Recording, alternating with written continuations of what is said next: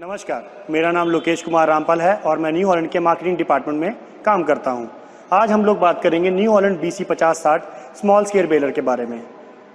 75 साल से पुराना इतिहास जुड़ा हुआ है हमारा इस तरीके के बेलर्स के साथ और हम लोग 9 लाख से ज़्यादा बेलर का उत्पादन कर चुके हैं। हम सबसे पहले बेलर को ट्रैक्टर के साथ जोड़ने से शुरुआत करेंगे। बेलर को चलाने के लिए कम से कम 50 हॉर्स पावर ट्रैक्टर की ज़रूरत होती है। न्यू हॉलैंड की रेंज में 55 हॉर्स पावर में 3630 और 50 हॉर्स पावर में 3600-2 ट्रैक्टर अवेलेबल हैं। हम सबसे पहले बेलर को ट्रैक्टर के साथ मैकेनिकली जोड़ते हैं। इसे जोड़ने के 2 तरीके हैं। सबसे पहले हिच। हमारे पास 3 तरीके की हिच उपलब्ध हैं, स्टैंडर्ड हिच, क्लेविस हिच और स्विवल बॉल हिच। पर भारत में हम लोग स्विवल बॉल हिच के साथ बेलर प्रदान करते हैं। और दूसरा है PTO। इस बेलर को चलाने के लिए हमें ट्रैक्टर में 540 PTO RPM की ज़रूरत होती है। अब हम बात करेंगे यूनिवर्सल जॉइंट के बारे में। इसकी सहायता से आप बेलर को खेतों में बहुत तीखे मोड़ों पे मोड़ सकते हैं। बेलर और ट्रैक्टर की सही दूरी रखने के लिए आप ऑपरेटर मैनुअल को पढ़ सकते हैं। आपके ट्रैक्टर में हाइड्रोलिक पोर्ट का होना भी बहुत ज़रूरी है, जिसकी सहायता से आप हाइड्रोलिक लिफ्ट और हाइड्रोफॉर्मेटिक सिस्टम इस्तेमाल कर सकते हैं। इस पोजीशन में बेलर रोड पोजीशन में ट्रैक्टर के पीछे रहेगा। जैसे ही हम इस पिन को ऐसे खींचेंगे, इस खांचे से इस खांचे में ले आएंगे, तब ये बेलर खेत में चलने के लिए तैयार हो जाएगा।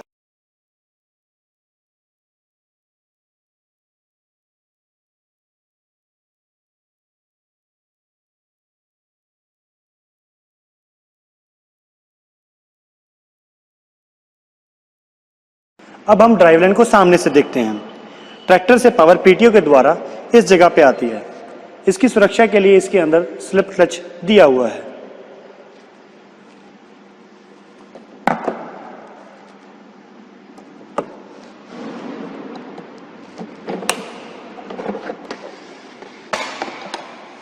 बेलर की सुरक्षा 2 तरीकों से होती है। सबसे पहले स्लिप क्लच अधिक लोड आने पर स्लिप कर जाता है और उसके अलावा शियर बोल्ट अधिक लोड आने पे टूट जाता है, जिससे आपके अंदर के पुर्जों को हानि नहीं पहुंचती है। ड्राइव लाइन से पावर मेन गियरबॉक्स में आती है, जो क्रैंक की सहायता से प्लंजर को चलाता है। इस मशीन में प्लंजर के 93 स्ट्रोक्स पर मिनट होते हैं। मेन गियरबॉक्स के सामने ये चेन होती है। ये चेन शाफ्ट की सहायता से पिकअप और नोटर्स को चलाती है। प्लंजर की टाइमिंग के लिए यहाँ निशान होते हैं। इस निशान को मिलाने से ये होम पोजीशन पे आ जाता है, जिससे ये चल सके।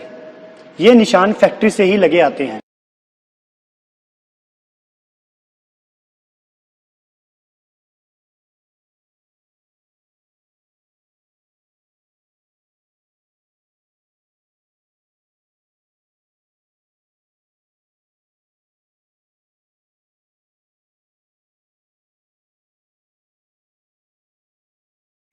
बेल बनाने के लिए सबसे पहले हम फसल अवशेषों को जमीन से उठाते हैं, जो काम पिकअप करती है। हमारे पास 1.8 मीटर या 6 फीट लंबी पिकअप है, जो कि भारत में सबसे ज़्यादा बड़ी है। बड़ी पिकअप होने से आपके काम करने की क्षमता में बढ़ोतरी होती है। सभी टाइन बार मजबूत स्प्रिंग टाइन्स के साथ उपयुक्त है, जिससे आपका ज़्यादा से ज़्यादा फसल अवशेष ज़मीन में से उठाए जाएं। सही मात्रा में मशीन के अंदर जाएं। इसको नियंत्रित करने के लिए हमारे पास विंड गार्ड है, जिसको हम मैनुअली इस पोजीशन में एडजस्ट कर सकते हैं। आप इस छेद की सहायता से पिकअप के बेयरिंग को बहुत आसानी से बदल सकते हैं। पिकअप की हाइट को एडजस्ट करने के लिए आप इन खांचों को देख सकते हैं, जिससे आप पिकअप की हाइट को कम या ज़्यादा कर सकते हैं। अगर आप पिकअप की हाइट को कम करेंगे तो कई बार फसल अवशेष के साथ आप पत्थर भी अंदर लेके जा सकते हैं, जो मशीन को हानि पहुंचाते हैं। तभी हम सलाह देते हैं कि आप हमेशा पिकअप को ज़मीन से 1 इंच की ऊंचाई पर रखें। पिकअप की चेन को टाइट करने के लिए हमने आइडलर भी दे रखा है, जिसे आप टाइट करके पिकअप को सही तरीके से चला सकते हैं।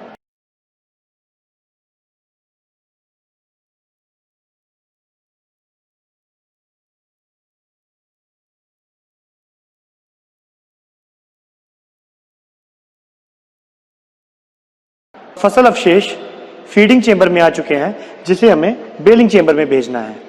DC 50-60 मॉडल में रोटरी फीडिंग सिस्टम होता है। इसमें रोटेटरी फोक्स होते हैं जो मटेरियल को फीडिंग चेंबर से उठा के बेलिंग चेंबर में धकेलते हैं। फीडिंग फोक्स की टाइमिंग के लिए हम ऊपर लगे डिकॉल की सहायता ले सकते हैं।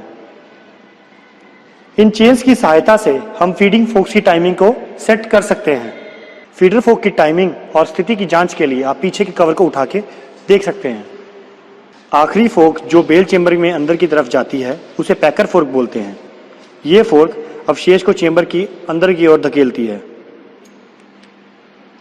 जब प्लंजर मशीन की अंदर की ओर जाएगा, ये नाइफ सुनिश्चित करेंगी कि फसल अवशेष के एक समान टुकड़े हों। जब फसल अवशेष सीधी पंक्ति में ना पड़ा हो तो बेल का आकार मुड़ा हुआ आता है। उस समय हमें पैकर फोक की टाइमिंग को सेट करना बनता है। ये बहुत ही आसानी से शाफ्ट के इन 3 खांचों में बदल के किया जा सकता है, जिससे चेंबर के अंदर दबाव दाईं या बाईं तरफ आसानी से किया जा सकता है। इसके अलावा रॉड के नीचे 3 खांचे और हैं, जिसकी मदद से हम पैकर फोक को 9 तरीके से सेट कर सकते हैं। बेल बनाते समय ये बहुत ज़रूरी होता है कि हम बेल का घनत्व ज़्यादा से ज़्यादा रखें। इस चीज़ को प्राप्त करने के लिए न्यू हॉलैंड ने हाइड्रोफॉर्मेटिक सिस्टम दिया हुआ है, जो हाइड्रोलिक दबाव से बेल की घनत्व को बढ़ाता है।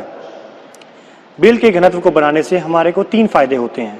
पहला फायदा, बेल में प्रति एकड़ लगने वाले धागे में कमी आती है। दूसरा फायदा, यातायात में लगने वाला ईंधन और खर्चे में कमी आती है। तीसरा, हमारे बेल को रखने की जगह में भी कमी आती है। इन सभी 3 फायदों से आपकी प्रति एकड़ कमाई में वृद्धि होती है। ये सभी सुविधाएं न्यू हॉलैंड बेलर ही आपको देता है।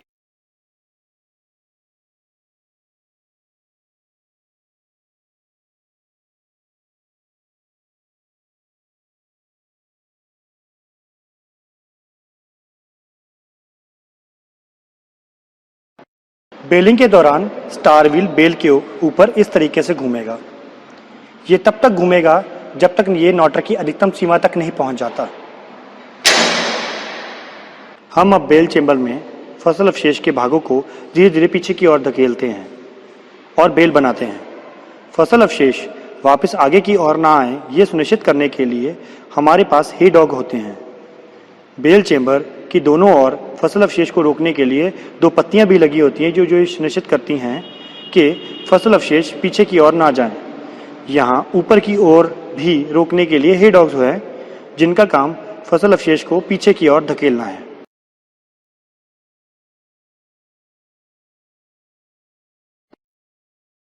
जब बेल अपनी पूरी लंबाई प्राप्त कर लेती है, तब नोटर ट्रिपिंग सिस्टम शुरू हो जाता है, जिससे नीडल्स ट्वाइन को नोटर के पास लेकर जाती हैं।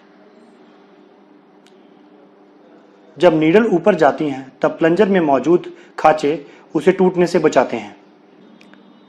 जब नीडल ट्वाइन को ट्वाइन डिस्क में पहुंचाता है, तब ट्वाइन वहां थोड़ी देर तक रहती है। यहां से दूसरा काम गांठ बनाने का होता है। ट्वाइन डिस्क एक समय के बाद घूमना शुरू होती है, जिससे कि धागा अपनी निश्चित जगह पर रहे, और उसके बाद बिल हुक गांठ बनाने का काम करती है।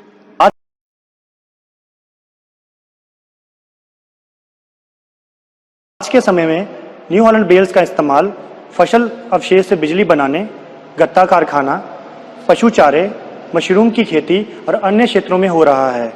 और आने वाले समय में भारत सरकार की नई परियोजनाएं भी आ रही हैं, जिसमें bio CNG plant, bio ethanol plant भी हैं, जिसमें न्यू हॉलैंड बेलर्स का बेल इस्तेमाल किया जाएगा। इसी के साथ हम इस छोटे से वॉक अराउंड का अंत करते हैं। अगर आपको किसी भी तरीके का कोई संदेह है तो आप ऑपरेटर मैनुअल या नज़दीकी डीलरशिप को संपर्क करें, या न्यू हॉलैंड के टोल फ्री नंबर पे संपर्क करें, जो कि 1800-419-0124 है। इसी के साथ मैं आप सबको हार्दिक शुभकामनाएं देता हूं। धन्यवाद।